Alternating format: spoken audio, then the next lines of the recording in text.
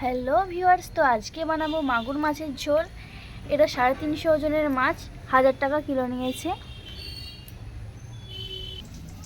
প্রথমে মাছগুলোকে কেটে পরিষ্কার করে নিয়েছি, এরপর নুন হলুদ মাখিয়ে নিচ্ছি।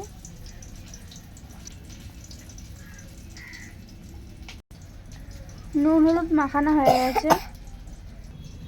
মাগুর মাছের ঝোল বানানোর জন্য এখানে নিয়েছি পেঁয়াজ, আলু, কাঁচকলা, টমাটো, আদা, রসুন। এখানে আনাজগুলো সব কেটে নিয়েছি। একটা কড়াই বসিয়ে তাতে তেল দিয়ে দিয়েছি। তেল হয়ে গেছে, এবার মাছগুলো দিয়ে দিচ্ছি। মাছগুলো ভেজে তুলে নিয়েছি।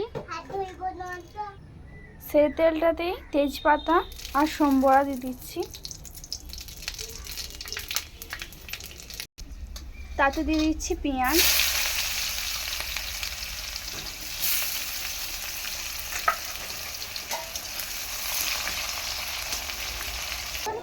তাতে দিয়ে দিচ্ছি লবণ। পেঁয়াজটা হালকা ভেজে নিয়ে তাতে দিয়ে দিচ্ছি টমেটো কুচি।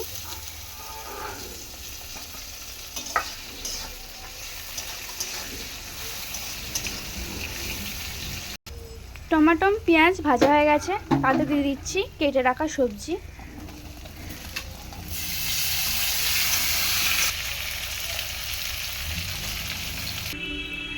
দেখো আমাদের কাছে এখনো আম আছে।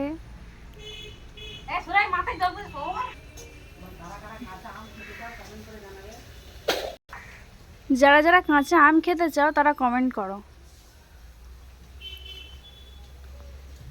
তাদেরকে কাঁচা আম দিয়ে আসবো আমি। আনাজগুলো ভাজা হয়ে গেছে, তাতে দিয়ে দিচ্ছি আদা রসুনের পেস্ট। তাতে দিচ্ছি হলুদ গুঁড়ো, লঙ্কার গুঁড়ো,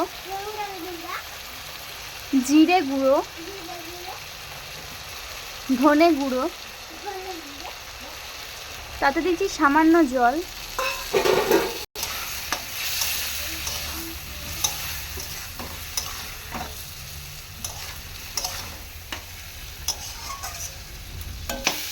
এখানে মশলা কষা হয়ে গেছে, এতে পরিমাণ মতো জল দিচ্ছি।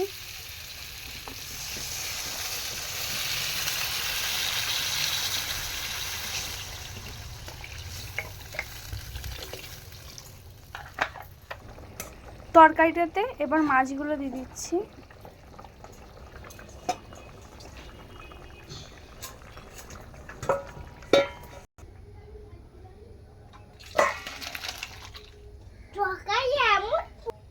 আমাদের মাগুর মাছের ঝোল একদম রেডি।